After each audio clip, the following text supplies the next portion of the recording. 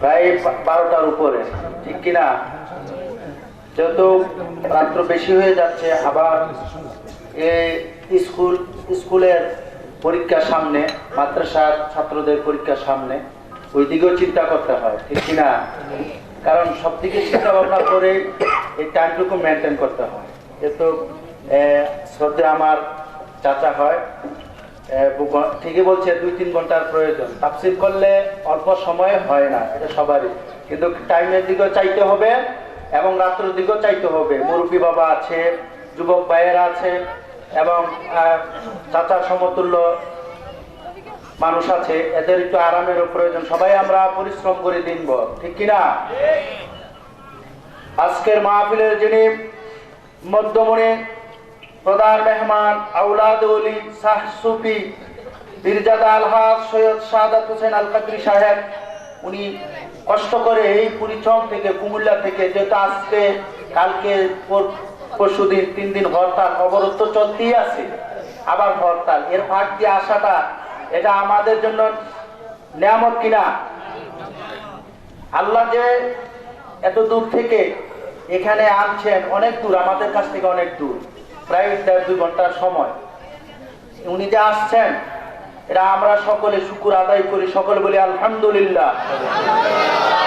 এই পর্যায়ে গুরুত্বপূর্ণ নসিহত নিয়ে আসছেন আন্তর্জাতিক সম্পন্ন মুফাসসির কোরআন, আউলাদ ওলি শাহ সুফি পীরজাদা আলহাজ সৈয়দ শাহাদাত হোসেন আল কাদরি সাহেব দামাত বরকাতুহুমা আলিয়া, পরিচম, কুমিল্লা। হুজুরকে পবিত্র কেরোয়ার শরীফ অর্থাৎ বড় পীর সাহেবের আজকের এই দিনে জানা অজানা কিছু কথা কুরআন হাদিস থেকে এবং ওনার জীবনী থেকে বলার জন্য সবিনয় অনুরোধ জানাচ্ছি। আসসালামু আলাইকুম ওয়া রাহমাতুল্লাহ।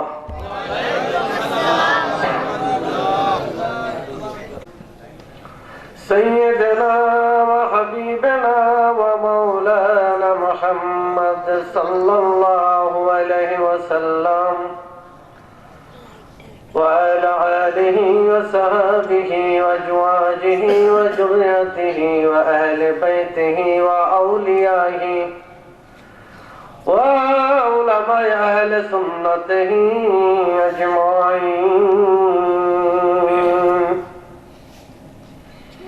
في شان حبيب محمد صلى الله عليه وسلم، في شان أولياء الله. ألا إن أولياء الله لا خوف عليهم ولا هم يحزنون.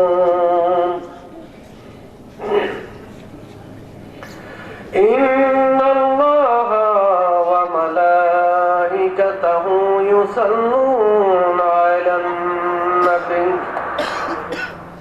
يا أيها الذين آمنوا صلوا عليه وسلموا تسليما. اللهم صل. সবাই আওয়াজ দিয়ে মহব্বতে দুরূদ শরীফ পড়ে।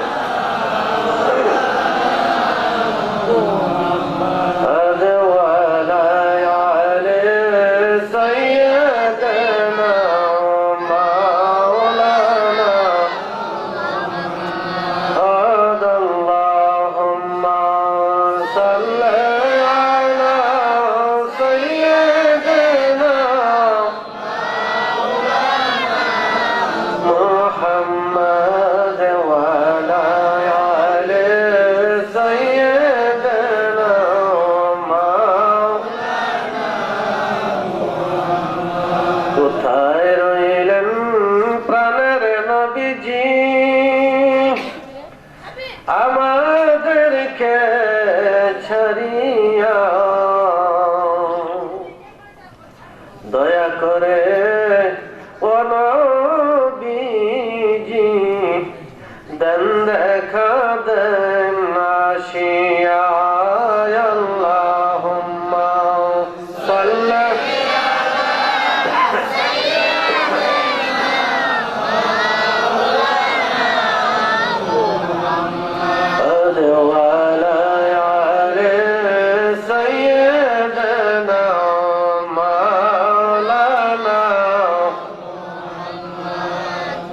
में जाबाए मोहम्मद इस्लाम जिंदा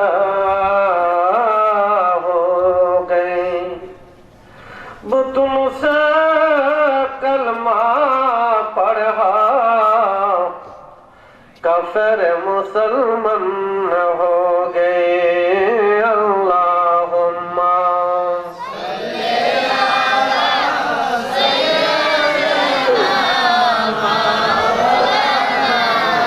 मुहम्मद वाला आले सय्यदना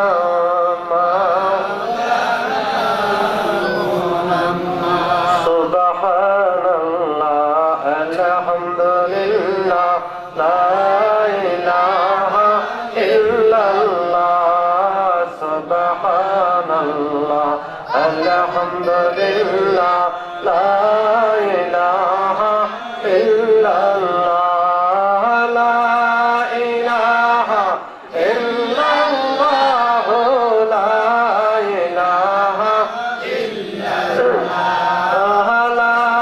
इलाहा इल्लल्लाह ला इलाहा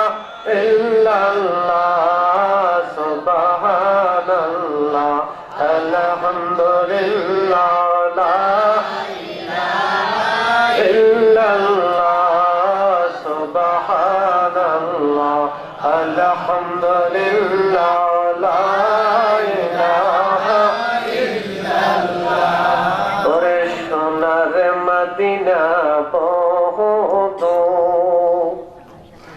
কেমনে যাব সেই জায়গায় দয়া করো দয়াল আল্লাহ দয়া করো দয়াল আল্লাহ পুরাও মনের বাসনা লা ইলাহা ইল্লাল্লাহ লা ইলাহা ইল্লাল্লাহ লা ইলাহা ইল্লাল্লাহ লা ইলাহা ইল্লাল্লাহ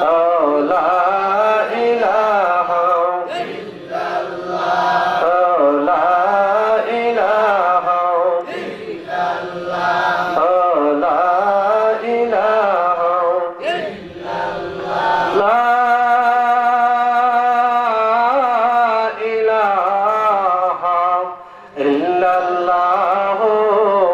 মুহাম্মাদুর রাসূলুল্লাহ সাল্লাল্লাহু আলাইহি ওয়াসাল্লাম। প্রিয় মাহজাজ মোহতারাম, দিগার উলামায়ে কেরাম, দূর দূরান্ত থেকে আগত আমার সম্মানিত বৃদ্ধ বাবারা, যুবক ভাইরা, ছোট ছোট আমার সোনার মানিকেরা, পর্দার অন্ত আড়ালে মা ও বোনেরা, সকলের প্রতি পুনরায় আমার সালাম রহিল। আসসালামু আলাইকুম ওয়া রাহমাতুল্লাহ।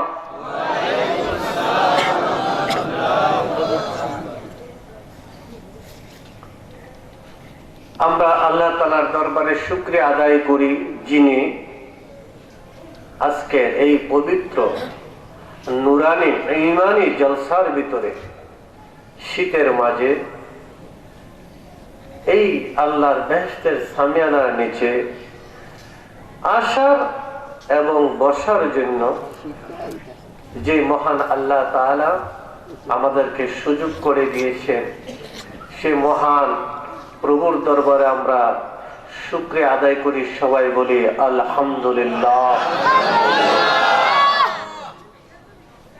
সন্ধ্যার থেকে এখন রাত্রের 12টা বাজে, অনেক রাত্র হয়ে গেছে।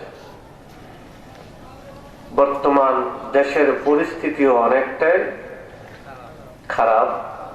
তারপরও আপনারা এখানে যে হাজির হয়েছে, সম্মানিত ওলামায়ে কেরামদের পবিত্র কোরআন মজিদ এবং হাদিস শরীফের আলোচনা আউলিয়া একরামদের আলোচনা শোনার জন্য এখানে এসেছেন, এটা লাভ না ক্ষতি? জোরে বলি, দুনিয়ার কোন লাভ না আখিরাতের লাভ? দুনিয়ার কোনো কিছু দেওয়া সম্ভব না। সকালবেলা যিনি কর্ম করে খান সে সকালে ডিউটি যাবে, যিনি রিক্সা চালক তিনি সকালবেলা রিক্সা নিয়ে বাইর হবে, যিনি ক্ষেত খামারে কাজ করেন তিনি সকালবেলা ক্ষেতের কাজে চলে যাবেন। একদিন কাজ করলে 200 হতে 300 টাকা তার মজুরি পাবে, ঠিক কিনা? তারপর ওই টাকা দিয়ে তার সংসার চালাবে। এখানে যদি সন্ধ্যা থেকে 12টা মধ্য রাত্র পর্যন্ত অগমা করে যাবেন, সাথে কি টাকা পয়সা নিয়ে যাবেন? আমরা কি টাকা পয়সা দেব? তাহলে সংসার পরিজন কিভাবে চালাবেন? আল্লাহ চালাবে। কে চালাবে? এই ক্ষমতা কার? তিনি দিতে পারেন কিনা? ওই বিশ্বাসে আজকে আপনারা এসেছেন। আল্লাহর দরবারে আমরা শুকরিয়া আদায় করলাম, তিনি যে আমাদেরকে বেহেশতের বাগানে বসার জন্য, এই ছোট ছোট সোনার মানিকেরা চোখে ঘুম নাই, ঘুম আছে? ঘুম নাই, চেয়ে আছে বক্তাদের দিকে, আলেমদের দিকে, চেহারার দিকে তাকিয়ে আছে।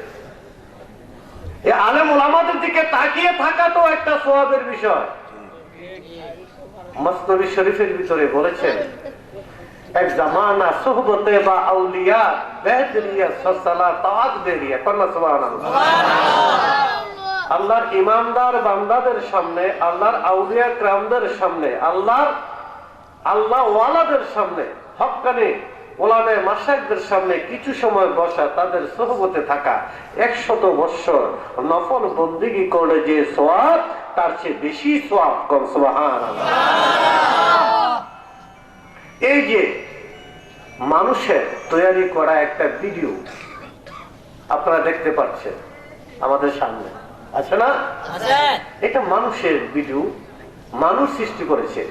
এই ভিডিওটা দ্বারা ভিডিও হচ্ছে, যদি ক্যাসেট বা রেকর্ডটা পরিষ্কার থাকে 50 বছরও কিছু হবে না। যেমন আমরা টেলিভিশনের ভিতরে 1970-71 সনের যে ঘটনা ঘটেছিল, আমরা এখনো টিভির মধ্যে খবরে অনেক সময় দেখা যায় কিনা?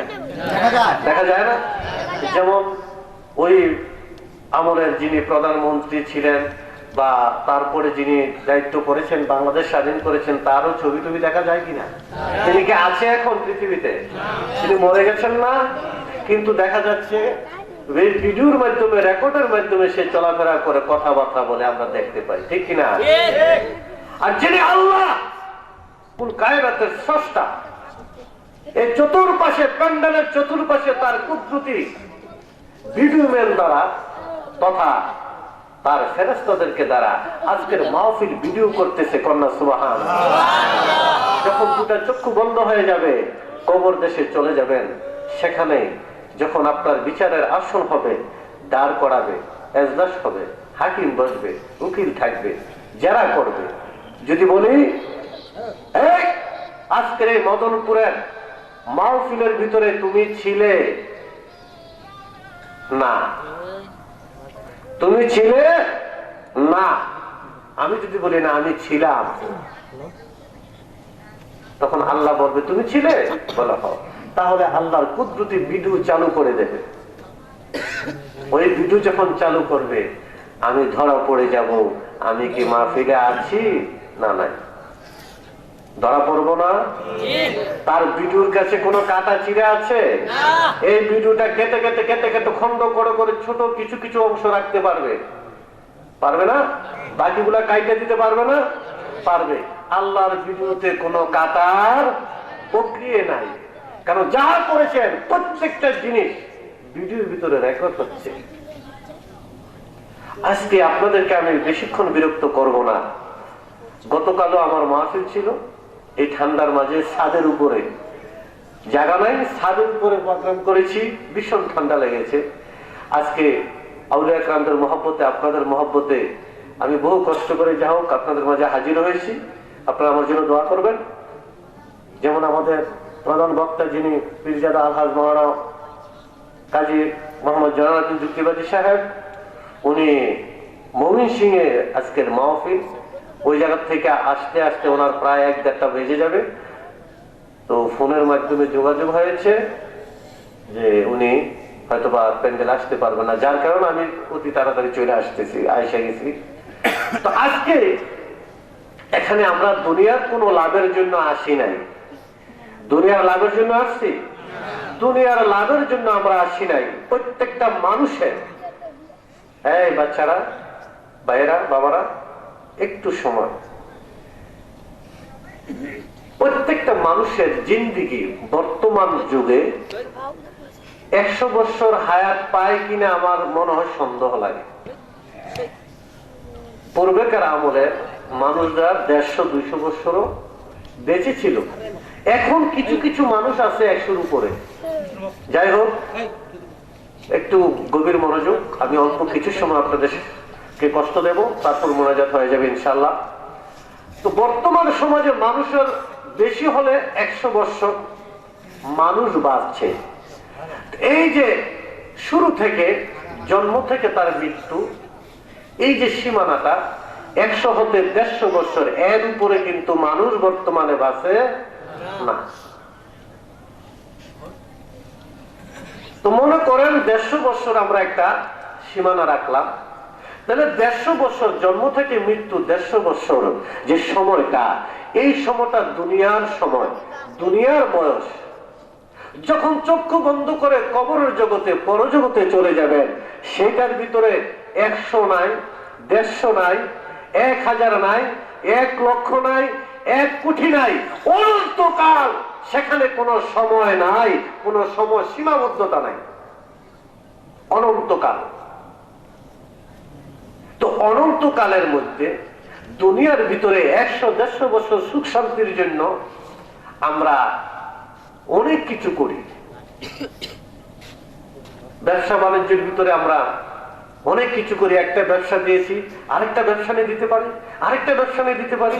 এই জায়গা থেকে না আসুক, আরেক জায়গা থেকে নিয়ে আমার কিছু টাকা আসে, ছোট আরেকটা ব্যবসা করি। আমরা দুনিয়ার লোভে, দুনিয়ার মাঝে ডুবে গেছি, কিন্তু আখিরাত বা পরকালের যে জিন্দেগি, সেই জিন্দেগির কথা আমরা স্মরণ আছে? আমাদের স্মরণে নাই। আল্লাহ বলে, বান্দারা, আমি তোমাদেরকে পৃথিবীর মধ্যে পাঠাইলাম। এই পৃথিবীটা হচ্ছে একটা শস্য ক্ষেত্র। এই দুনিয়ার ভিতরে তুমি চাষাবাদ করো আমার আখিরাতের ফসলের জন্য। এই দুনিয়াতে চাষাবাদ করে যে ফসলটা তুমি নিবে, এই ফসলটা নিয়ে আমার সেই পরকালে আসো।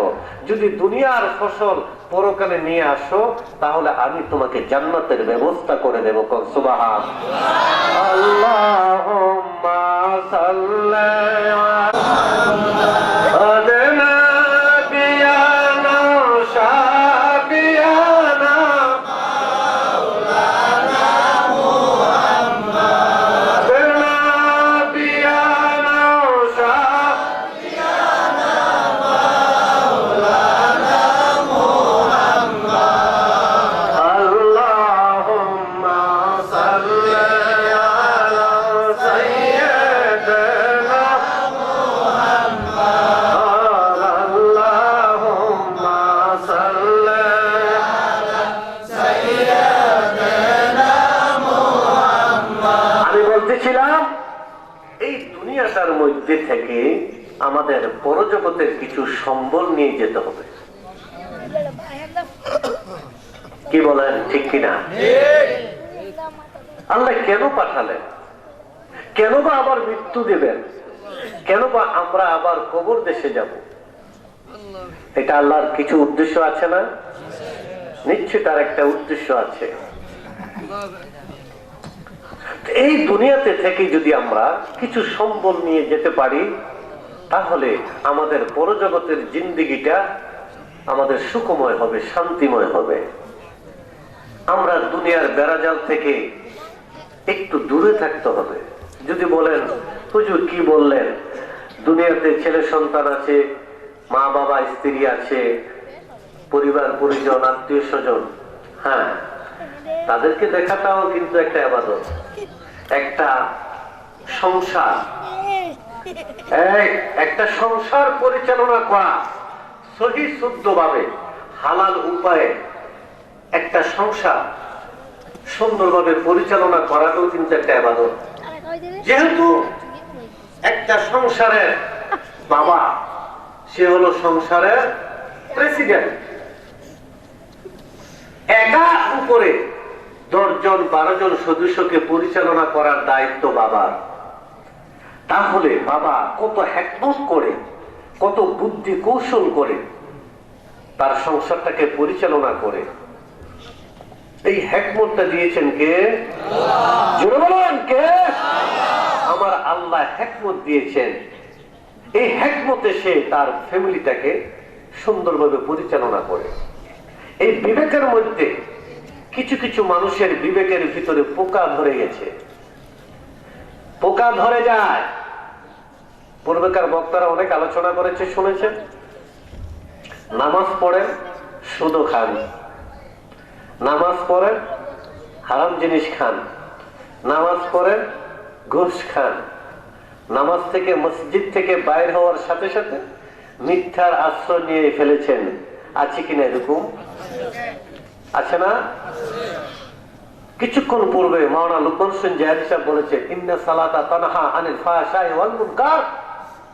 নামাজ নামাজি ব্যক্তিকে ফাহেশা, খারাপ অশ্লীল কাজ থেকে বিরত রাখে। আমাকে তো বিবেক দিয়েছে আল্লাহ তাআলা, আমি ভালো মন্দ বুঝি।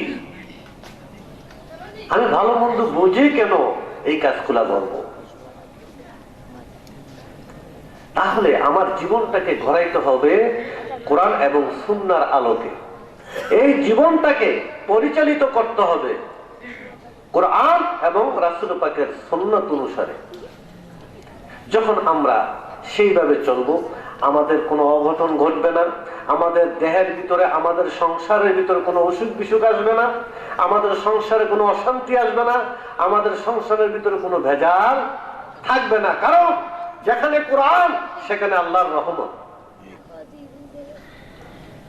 যেখানে আল্লাহর রাসূলের হাদিস শরীফ সেখানে আল্লাহর রহমত। তো রহমতের মাধ্যমে যখন আমরা সংসার পরিচালিত করব, সেই সংসার হবে সুখময়, আনন্দময়। আজকের যে মাহফিল, প্রতি বছর এই মাহফিলটা হয় পবিত্র গায়রবী শরীফ উপলক্ষে। আজকের যে মাহফিল, এটা হচ্ছে 19তম বাৎসরিক ওয়াজ ও দোয়ার মাহফিল। এই গায়রবী শরীফ, গায়রবী শরীফ তথা 11 শরীফ, গত বছর পোস্টারে মনে হয় 11 শরীফ লেখা ছিল, তাই না? 11 শরীফ। এই গায়রবী শরীফটা কি আমাদের জানার দরকার আছে? জানার দরকার আছে না? যেমন মনে করেন একটা মাদ্রাসার বার্ষিক হিসেবে একটা মাহফিল করা হয়, একটা বাজারে একটা কমিটি করে মাহফিল করে প্রতি বছর সওয়াবের উদ্দেশ্যে, বা কোন মসজিদ কমিটির থেকে বাৎসরিক একটা করে মাহফিল করা হয়। তো হাবিবুল্লাহ সাহেবের বাড়িতে মাহফিল, এটা তো একটা উদ্দেশ্য, একটা স্মরণ। কিসের স্মরণ? পবিত্র গায়রবী শরীফ উপলক্ষে, অর্থাৎ 11 শরীফ উপলক্ষে বার্ষিক মাহফিল করেন তিনি। তো এই 11 শরীফ বা গায়রবী শরীফ বিশেষ করে হযরতে আব্দুল কাদের জিলানী রাহমাতুল্লাহ আলাইহির স্মরণে করা হয়, ঠিক কিনা? ওনার মাহফিলটা। এখন উনি গায়রবী শরীফ পেলেন কোথায়? এই গায়রবী শরীফ, 11 শরীফ, এটার একটা ইতিহাস বা মূল ভিত্তি থাকার দরকার আছে না? মূল ভিত্তি সম্পর্কে আমাদের একটু জানার দরকার আছে না? তো গায়রবী শরীফ আমরা পালন করি, গায়রবী শরীফ উপলক্ষে আজকের মাহফিল। মুফতি আল্লামা ইয়ার আহমদ নঈমী সাহেব, উনি একটা কোরআনের তাফসীর করেছেন, তাফসীরে নঈমী। তাফসীরে নঈমীর ভিতরে প্রথম পারায় উনি সূরা বাকারার 27 নম্বর আয়াতের তাফসীর করে ওই তাফসিরে নঈমের 297 পৃষ্ঠার ভিতরে গেয়ারবি সম্পর্কে, গেয়ারবি শরীফের ইতিকথা সম্পর্কে আলোচনা করেছেন। সেখানে তিনি 11 জন নবীর নাম দিয়েছেন। কন্যা সুবহানাল্লাহ। কয়জন নবীর নাম? 11 জন নবীর কাহিনী দিয়েছেন। সেখানে সর্বপ্রথম গেয়ারবি শরীফ কে পালন করেছেন জানার দরকার আছে নি? যেহেতু আমরা গেয়ারবি শরীফের মাহফিল আজকে, আমি অল্প সময় আপনাদেরকে বিরক্ত করবো। আপনাদের কষ্ট হচ্ছে না তো? অল্প সময়। হযরতে আদম আলাইহিস সালামকে এবং মা হাওয়া আলাইহিস সালামকে বেহেশত থেকে কোথায় পাঠালেন? দুনিয়ার মধ্যে, ঠিক কিনা? আদম আলাইহিস সালামকে এবং মা হাওয়া আলাইহিস সালামকে বেহেশত থেকে পৃথিবীর মধ্যে প্রেরণ করে দিলেন। দুনিয়ার মধ্যে এসে তারা আল্লাহ পাকের দরবারে শুধু প্রার্থনাই করতেছেন, আল্লাহ গো, এত সুখে শান্তিতে ছিলাম, আমাদের অপরাধের ভুলের কারণে পৃথিবীর মধ্যে তুমি নামিয়ে দিয়েছো, আমরা তোমার কাছে অনুতপ্ত, আমরা তোমার কাছে ক্ষমা প্রার্থনা করতেছি। এইভাবে তারা কত বছর পর্যন্ত কান্নাকাটি করেছিলেন? 350 বছর কান্নাকাটি করার পরে অনেক দোয়াই চেয়েছেন আল্লাহর দরবারে।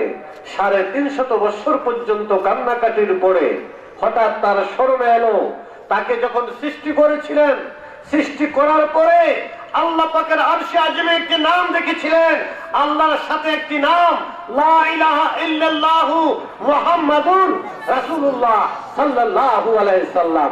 যখন মুহাম্মদ সাল্লাল্লাহু আলাইহি সাল্লামের নাম মুবারক দেখেছিলেন, তখন বললেন, হে আল্লাহ, তোমার দরবারে আরশে আযমের ভিতরে আমি আদম আলাইহিস সালাম দেখেছিলাম, আমি সৃষ্টি হওয়ার পরে তোমার নামের সাথে যে নাম, এই মুহাম্মদ নাম, মাবুদ তোমার দরবারে আমি ফরিয়াদ করলাম, ওই মুহাম্মদ নামের উসিলায় তুমি আমাকে ক্ষমা করে দাও।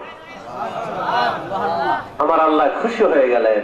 খুশি হওয়ার পরে আল্লাহ তাআলা তাকে ক্ষমা করে দিলেন। যেদিন ক্ষমা করে দিলেন, ওই তারিখটা ছিল আশুরার দিন, মুহররমের 10 তারিখ। যেরকম সুবহানাল্লাহ, দিনটা ছিল আশুরার দিন, রাত্রটা ছিল 11 শরীফের রাত্র। কন্যা সুবহানাল্লাহ। ওই 11 শরীফের রাত্র, 11 তারিখে 11 শরীফের রাত্রির ভিতরে শুকরানা আল্লাহর দরবারে তার যে ভুলের জন্য ক্ষমা চেয়েছেন, তার ক্ষমা কবুল করে দিয়েছেন আল্লাহ তাআলা। তার জন্য আল্লাহর দরবারে শুকরিয়া তার ইবাদত করেছেন এই পবিত্র গেয়ারবি শরীফের দিনে। তাই সেই দিনটাই ছিল আদম আলাইহিস সালামের গেয়ারবি শরীফ। যেরকম সুবহানাল্লাহ।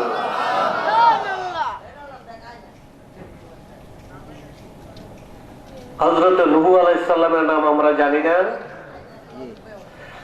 হযরত নূহ আলাইহিস সালাম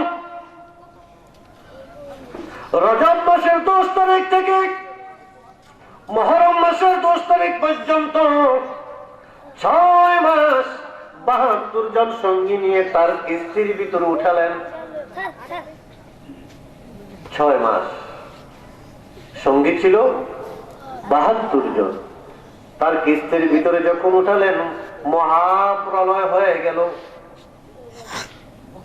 পাহাড় পর্বত, গাছপালা, বৃক্ষ, তরুলতা সবকিছু পানির নিচে চলে গেল।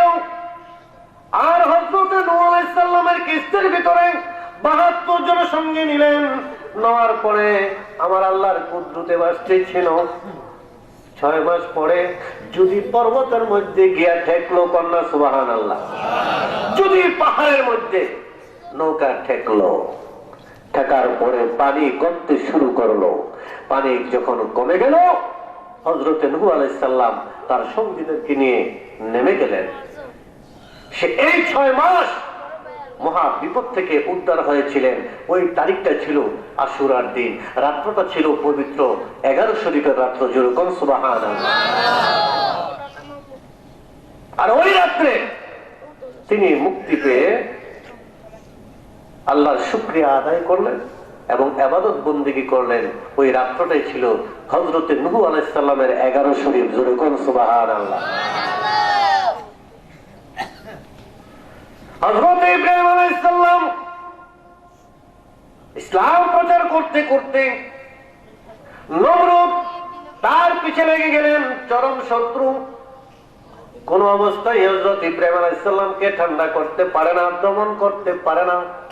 অবশেষে আগুনের কুণ্ডুলি তৈরি করলো, ইব্রাহিম আলাইহিস সালামকে আগুনের মধ্যে ফেলে দিল। যখন আগুনের মধ্যে ফেলে দিল, কতটি দিন ছিল? যেরকম আপনারা তো পারেন, জানেন তো, পুরান ওয়াজি করতেছি। 40 দিন পর্যন্ত হযরত ইব্রাহিম আলাইহিস সালাম নমরুদের আগুনের কুণ্ডুলিতে পড়েছিল।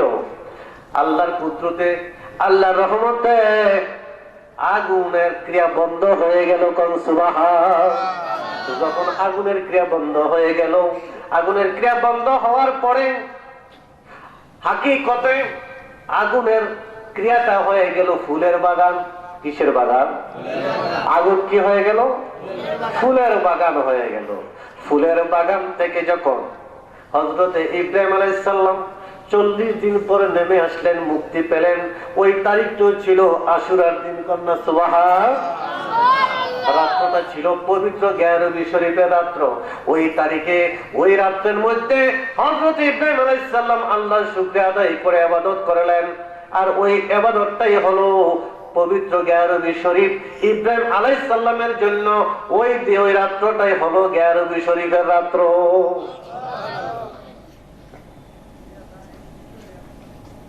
হযরতে ইয়াকুব আলাইহিস সালাম, ওনার একটি সন্তান ছিল নবী, জানি না আমরা, কি নাম না? হযরত ইউসুফ আলাইহিস সালাম। খুব সুন্দর ছিলেন তিনি। হযরত ইউসুফ আলাইহিস সালামকে হারিয়ে ফেলছিলেন, অনেক বছরে হারিয়ে ফেলছেন। তারপরে কি করলেন? তার সংবাদ পেলেন। সংবাদ পাওয়ার পর, সংক্ষিপ্ত ভাবে বলছি, কোরআন শরীফের ভিতরে আলোচনা আছে, ওনার জামা যখন তার বাবা হযরত ইয়াকুব আলাইহিস সালামের চোখ বন্ধ হয়ে গেল, ওই জামা যখন তার চোখের সামনে নিয়ে আসলেন, তখন তার চোখের জ্যোতি বেড়ে গেল। কন্যা সুবহানাল্লাহ। অন্ধত্ব দূর হয়ে গেল। যখন খবর পেয়েছিলেন, সেই দিনটা ছিল আশুরার 10 তারিখ, রাত্রটা ছিল গায়রবী শরীফের রাত্র। জোরে কোন সুবহানাল্লাহ। হযরত দাউদ আলাইহিস সালাম, তিনি কয়টা বিয়ে করেছিলেন? হয়তো আমরা অনেকে জানি না। উনি 100 বৈধ বিবাহ করেছিলেন। কয়শ? 100তম বৈধ বিবাহ করার পরে আল্লাহর উদ্দেশ্যে তিনি অনুতপ্ত, লজ্জিত হয়ে আল্লাহর দরবারে সেজদায় পড়ে গেলেন। সেজদা থেকে ওনাকে আল্লাহ তাআলা কবুল করলেন, মাফ করে দিলেন। সেই দিনটা ছিল পবিত্র আশুরার দিন। রাত্রটা ছিল পবিত্র গায়রবী শরীফের রাত্র। হযরতে দাউদ আলাইহিস সালামের গায়রবী শরীফ হচ্ছেন ওই দিনটাই, ওই রাত্রটাই, যে রাত্রে তিনি আল্লাহর শুকরিয়া আদায় করে ইবাদত করেছেন। জোরে কোন সুবহানাল্লাহ। হযরতে ইউনূস আলাইহিস সালাম, তিনি কোথায় চলে গেলেন? মাছের পেটে। কতদিন ছিলেন? 40 দিন ছিলেন। 40 দিন পর তিনি মাছের পেট থেকে মুক্তি পেলেন। মুক্তি যেদিন পেলেন, সেই দিনটা ছিল পবিত্র আশুরা দিন। তারিখ ছিল 10, রাত্রটা ছিল 11 শরীফের রাত্র। আর হযরতে ইউনূস আলাইহিস সালাম এই শুকরিয়া আদায় করেছিলেন, আল্লাহর দরবারে আল্লাহর ইবাদত করেছেন পবিত্র গায়রবী শরীফের রাত্রে। হযরত ইউনূস আলাইহিস সালামের জন্য ওই রাত্রটাই ছিল পবিত্র গায়রবী শরীফ। জোরে কোন সুবহানাল্লাহ।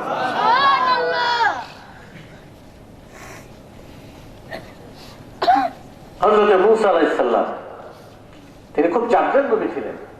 আমি সংক্ষিপ্ত করছি, যেহেতু আজকে পবিত্র গায়রবী শরীফ, এই জন্য গায়রবী শরীফ সম্পর্কে একটু আলোচনা করতেছি আর কি, আর অল্প সময়। হযরতে মূসা আলাইহিস সালাম ফিরআউনের সাথে তার দুশমনী। আল্লাহ নবী মূসা আলাইহিস সালাম আল্লাহর নির্দেশে 12 লক্ষ বনী ইসরাঈলদেরকে নিয়ে তিনি রওনা দিলেন। মিশর থেকে চলে যাবেন, নদী পার হবেন। কি নদী? নীল নদী পার হবেন। নীল নদীর সামনে যখন হযরত মূসা আলাইহিস সালাম 12 লক্ষ বনী ইসরাঈলদেরকে লইয়া ওই নদীর পার আসলেন, আল্লাহ বলেন, ও মুসা, তোমার লাঠি দ্বারা তুমি পানির মধ্যে আঘাত করো। যখন মুসা আলাইহিস সালাম লাঠি দ্বারা পানির মধ্যে আঘাত করলেন, সাথে সাথে আল্লাহর কুদরতিতে ওই পানির মাঝখান দিয়ে 12টি রাস্তা হয়ে গেল। জোরে কন্যা সুবহান। কয়টি পথ হলো? 12টি পথ হয়ে গেল। প্রত্যেকটা পথ দ্বারা 1 লক্ষ মানুষ চলে যেতে পারে। 12টি রাস্তা দিয়ে 12 লক্ষ মানুষ নিয়ে হযরতে মুসা আলাইহিস সালাম নীল নদী পাড়ি দিয়ে এশিয়ার ভূখণ্ডে চলে আসতেন। জোরে কন্যা সুবহানাল্লাহ। আর তার পিছনে পিছনে ছুটলেন কে? ফেরাউন। তার পিছনে পিছনে ছুটে যখন নদীর পাড়ে আসলেন, দেখে সুন্দর রাস্তা, আরে এই তো আমার সুযোগ, আমিও রাস্তা দিয়া যাই। যখন রাস্তার ভিতরে নামলেন, আল্লাহর কুদরতে দুটো পাশের পানি আইসা চাপ দিয়ে দিল। মুসা আলাইহিস সালাম সেদিন পার হয়ে গেলেন। সেই দিন তো ছিল আশুরার দিন, রাত্রটা ছিল 11 শরীফের রাত্র। হযরত মুসা আলাইহিস সালাম তার সঙ্গীদেরকে নিয়ে 11 শরীফের রাত্রের ভিতরে আল্লাহর শুকরিয়া আদায় করে ইবাদত বন্দেগীতে লিপ্ত ছিলেন। ওই হযরত মুসা আলাইহিস সালামের জন্য ওই তারিখটা, ওই রাত্রটাই ছিল পবিত্র 11 শরীফের রাত্র। জোরে কোন সুবহানাল্লাহ। এইভাবে 11 জন নবীর ইতিহাস 11 শরীফের সাথে মিল। 11 শরীফ তাদের জীবনে ছিল। আমার রাসূল পাক সাল্লাল্লাহু আলাইহি সাল্লাম তিনিও 11 শরীফ করেছেন। এই নবীদের 11 শরীফ কি করে আমার বড় পীর আব্দুল কাদের জিলানী পেলেন? ফাজাইলে গাউসিয়া, মিলাদে শায়কে বরহক। ফাজাইলে গাউসিয়া কিতাবের ভিতরে দিয়েছেন বড় পীর আব্দুল কাদের জিলানী রাহমাতুল্লাহ আলাইহি। তিনি তো আল্লাহর একজন শ্রেষ্ঠ ওলি ছিলেন, ঠিক কিনা? আমি আমার শুরুতে একটি আয়াত পড়েছি, তেলাওয়াত করেছি। আলা ইন্না আউলিয়া আল্লাহ লা খাউফুন আলাইহিম ওয়া লা হুম ইয়াহজানুন। আল্লাহ বলেছেন, সাবধান, যারা আমার ওলি হয়ে গেছে তাদের কোনো প্রকার ভয় নাই, কোনো চিন্তা নাই, তারা কখনো চিন্তিত হবেন না। জোরে কন্যা সুবহানাল্লাহ। পবিত্র কোরআন সূরা ইউনূস ৬২ নম্বর আয়াত। আল্লাহর ওলিদের কথা কোরআনে আছে কিনা? জোরে কন্যা কোরআনে আসেনি? আল্লাহর ওলিদের কথা কোরআনে আছে। বড় পীর আব্দুল কাদের জিলানীর জীবনী আলোচনা করেছেন পূর্বের আলেমরা। তো উনি তো আল্লাহর ওলি মানুষ, এটা বিশ্বাস হয় আপনাদের? হযরত বড় পীর তিনি যে আল্লাহর ওলি, বিশ্বাস হয় না? একদিন এই বড় পীর আব্দুল কাদের জিলানী উনি যে বাগদাদের একটা মসজিদের ভিতরে আলোচনা করছেন, যখন আলোচনা করছেন হঠাৎ তার জজবা হালে এসেছে, একটি কথা তার জবান দিয়ে বাইর হয়ে গেছে। বাদামি হাজি আলা রাকাবাতে কুল্লি ওলি আল্লাহ। সুবহানাল্লাহ।